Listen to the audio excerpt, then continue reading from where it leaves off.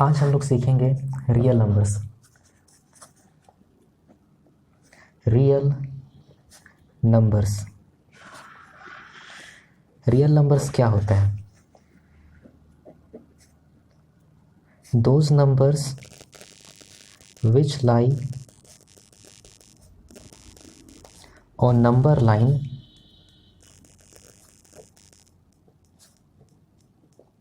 are called real numbers.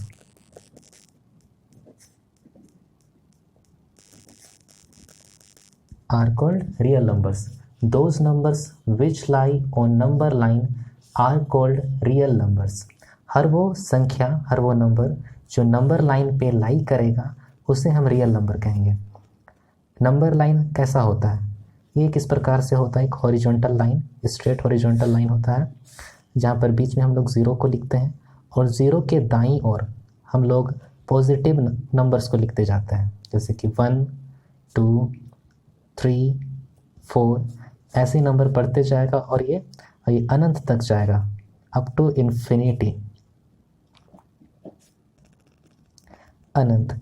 उसी प्रकार zero से बाईं ओर ये नेगेटिव में बढ़ेगा, -1 -2 -3 बढ़ते बढ़ते ये माइनस इन्फिनिटी तक ये चला जाएगा। तो इस नंबर लाइन पे जितने भी नंबर्स लाई करेंगे उन सारे नंबर्स को हम रियल नंबर्स कहेंगे। अब इस रियल नंबर के अंतर्गत, इस रियल नंबर के अंडर में कौन कौन से नंबर आते हैं उसको हम देखते हैं। तो ये जो रियल नंबर है, this real number includes, real number में क्या क्या होता है? सबसे पहला जो नंबर होता है वो होता है नेचुरल नंबर। हम लोग नेचुरल नंबर के बारे में जानते हैं, जितने भी काउंटिंग नंबर्स होते हैं, जैसे कि हम लोग गिनती की कोई भी संख्या है 1 2 3 4, हम लोग 1 से गिनना शुरू करते हैं तो वो सारे नेचुरल नंबर होते हैं। ये होता है 1 2 3 4 अप टू इन्फिनिटी। दूसरा हो गया होल नंबर, भी इसी में आ जाएगा। होल नंबर में क्या होता है? 0 1 2 3 4 बढ़ते जाएगा। फिर हम लोग बात करते हैं रैशनल नंबर। जितने भी रैशनल नंबर हैं वो रियल नंबर हैं। रैशनल नंबर किसको बोलते हैं? वैसे नंबर जिसको हम लोग p/q के रूप में रिप्रेजेंट करके लिख सकें, वो कहलाता है रियल नंबर, वो कहलाता है रैशनल नंबर। फिर होता है इरेशनल नंबर। इरेशनल नंबर्स में हम लोग नंबर को p/q के रूप में रिप्रेजेंट करके नहीं लिख सकते हैं। तो जितने भी नेचुरल नंबर हो गए, होल नंबर हो गए, रैशनल नंबर्स हो गए, इरेशनल नंबर्स हो गए, उसी प्रकार से इंटीजर्स। इंटीजर में क्या होता है? 0 होता है, 1 2 3 बढ़ते जाएगा, -1 -2 -3, ये सारा इंटीजर है। और क्या हो सकता है? जितना भी डेसिमल में नंबर होते हैं, जैसे कि 0.1 हो गया, 0.2 हो गया, जितना भी डेसिमल्स नंबर हो गए,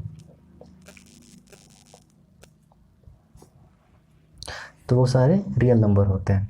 तो मोटा मोटी बात यही है कि जो नंबर लाइन है, नंबर लाइन में जितना भी नंबर पाया जाएगा वो सारा रियल नंबर कहलाता है।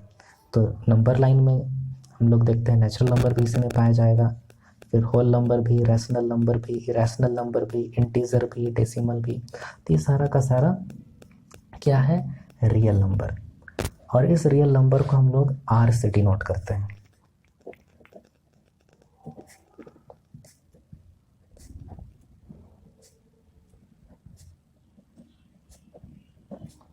Real number is denoted by R। अब हम लोग आगे बढ़ते हैं। ये था पहला चीज़। और जो दूसरा चीज़ जो हम लोग आज सीखने वाले हैं, जो हम हमारे चैप्टर में शामिल है, वो है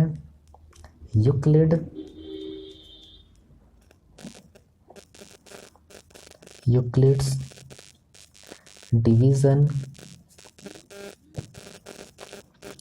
लेमा।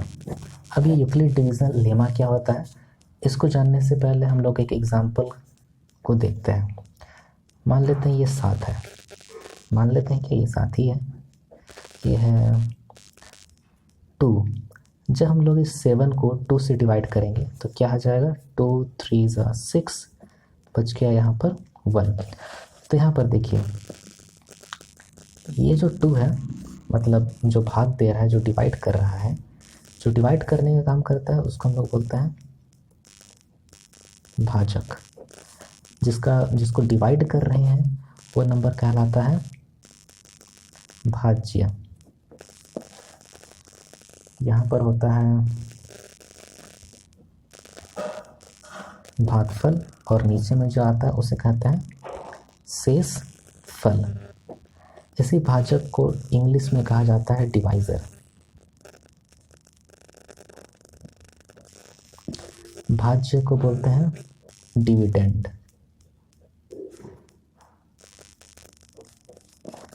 और ये जो भागफल है, भागफल को बोला जाता है कोसेंट। शेषफल को कहते हैं रिमाइंडर।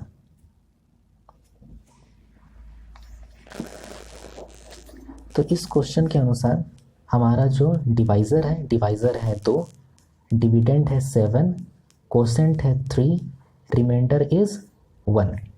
अब यहाँ पर ध्यान दीजिए, क्या हम लोग इस 7 को इस तरीके से लिख सकते हैं? क्या 7 बराबर होगा ऐसे 2 इंटू 3, तो 2 को 3 से मल्टीप्लाई किए तो 6 आ गया, और 6 में फिर 1 जोड़ देंगे तो आ जाएगा 7। तो यहाँ से हम लोग क्या चीज़ पाएँ? यहाँ से हम लोग एक चीज़ देखें कि जो 7 मतलब डिविडेंड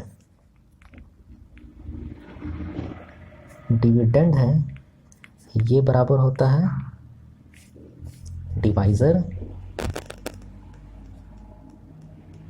इंटू 3 क्या था, quotient. Divisor into quotient plus remainder. तो यहाँ से हम लोग को एक फॉर्मूला जैसा मिल गया, जहाँ पर हम लोग क्या सीखते हैं, डिविडेंड बराबर divisor into quotient plus remainder. अब इसी डिविडेंड को हम लोग ए से रिप्रेजेंट करके लिख दे रहे हैं। ए इज इक्वल टू, डिवाइज़र को बी से डिनोट करेंगे, कोसेंट को क्यू से और रिमाइंडर को आर से। तो ये एक फॉर्मूला हमें मिल गया, ठीक है। इसे ही हम बोलते हैं यूक्लिड्स डिवीज़न लेमा। अब इसके अंतर्गत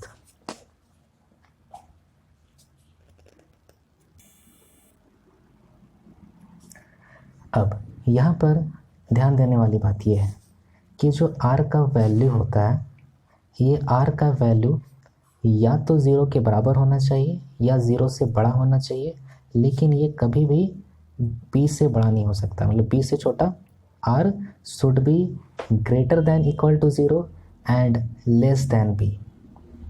समझ में आ गया?